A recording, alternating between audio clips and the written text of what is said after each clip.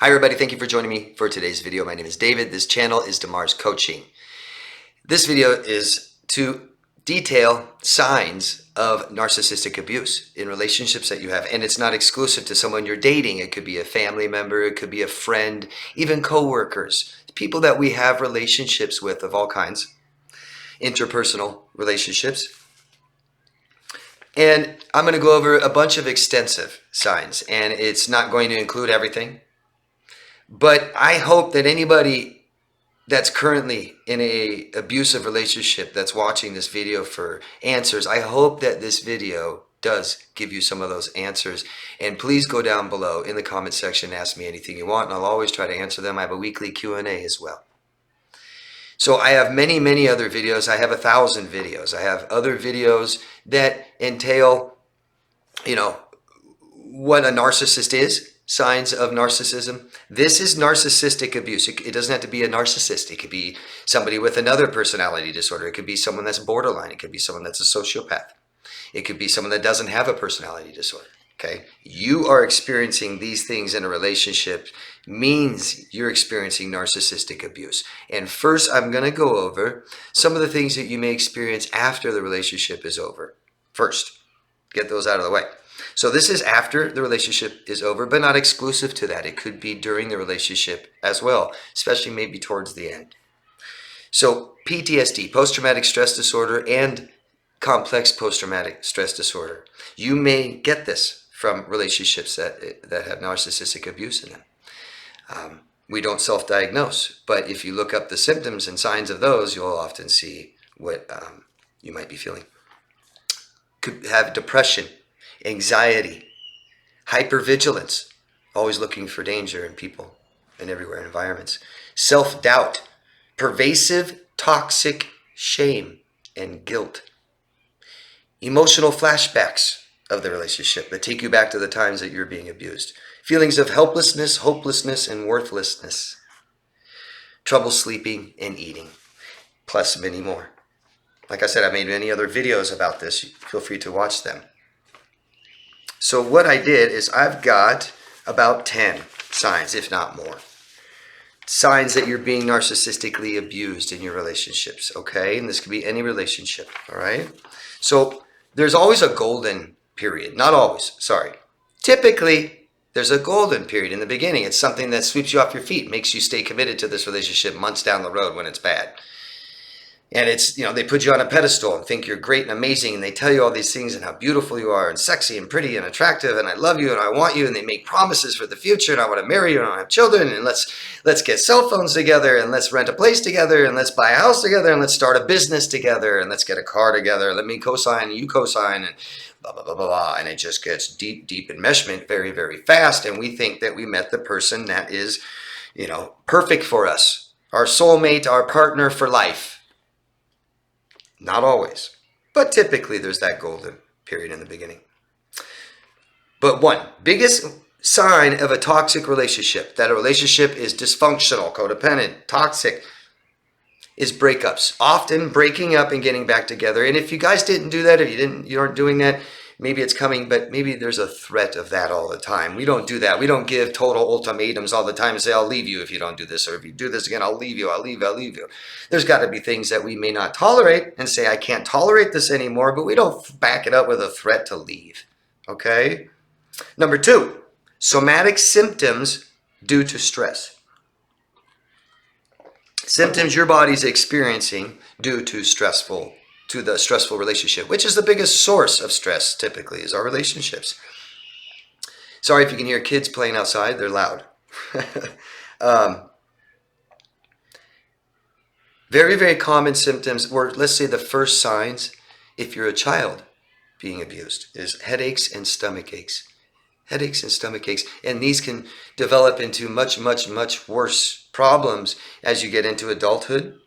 You could have ulcers and, massive digestive problems, and then develop migraines for the rest of your life. Number 3, that person is criticizing you, ridiculing you, complaining, comparing you to others. and may pass it off as jokes and no big deal, and whatever, I still love you. Always selling that I love you. What happens is you may take over and have self-doubts, low self-esteem, low self-worth by criticizing yourself. This thing starts criticizing and being hard on yourself. You may start comparing yourself to others, to their exes, stuff like this, because they do. Because they do. You may start to self-isolate. You may start withdrawing from other relationships you have with your family, with your friends. You may not want to go out as much, do things as much. You may protect your abuser and the relationship. Find yourself protecting them. No, they're not that bad. They're good. No, they don't do anything to me, bad to me. You don't tell anybody that they abuse you or hit you or hurt you.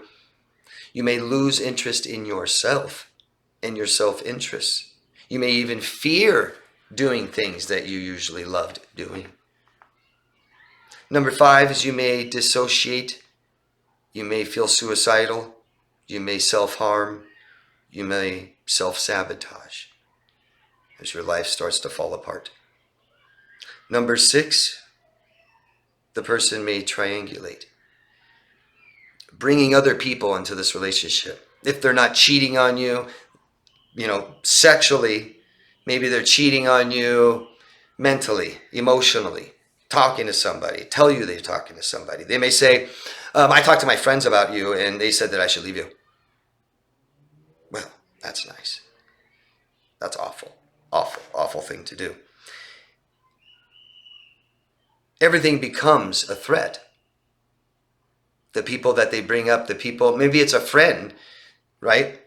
That's doing this, that's abusing you. Maybe it's a friend that uses other friends to upset you and hangs out with other friends that have hurt you, hangs out with other friends and doesn't include you. Maybe hangs out with your friends, starts hanging out with your friends and your family. You didn't even know how that happened. You begin what's called walking on eggshells. I think that's self-explanatory. Crunch, crunch, crunch. Can't make a sound. Always nervous. Always stressed. The relationship just becomes always stressed and always scared. I never know what's going to happen next. I never know what they're going to do next. I don't know whether they're going to leave me, if they're going to get mad at me, angry at me. And then there might be moments of golden periods again, like the beginning. It might vacillate back and forth. They may just go to work. They may not talk to you for a while. They may give you silent treatment, not talk to you, ignore you, things like this. And you may soon even start to, even though that's so stressful, it might also be a golden period, a time where you have to yourself, maybe, to do nothing with anybody else. Number 8, you're in denial. You may start gaslighting yourself, like this person gaslights you. Oh, maybe I shouldn't have done this. Maybe I should have do this. Maybe they're right, because if I didn't do this, they wouldn't have done that, and start becoming responsible for their behaviors. You may start to minimize and rationalize behaviors, relationship. Number 9, you may become a detective. Maybe they've lied to you. Maybe they haven't yet, but you're sure they're lying. They're not honest. They don't look you in the eye. They act weird. All of a sudden their attitude changes. They come home. They talk about somebody else triangulating, and then they're not home as much. They don't answer the phone as much, and you start wondering what the hell is going on, because asking them does nothing. It gets you nowhere. And what you're trying to do is become reassured, feel secure that we're still friends, that we still love each other, we're still getting married. And they don't do that. And you start to play detective, and you start looking everywhere, high and low, maybe looking in their phone and looking in their purse, maybe talking to friends and asking questions, calling to see if they're at work and stuff like this. Not good. Number 10, you may start bargaining. You may start begging. It may be absolute self-destruct. You may develop addictions. It may be addictions you've adopted from the abuser. Maybe they're an alcoholic and now you're drinking all the time. Bottom line is, guys, this causes severe psychological damage. And it's good that we are all capable of healing, but it really matters what you do. This isn't something that time cures. No.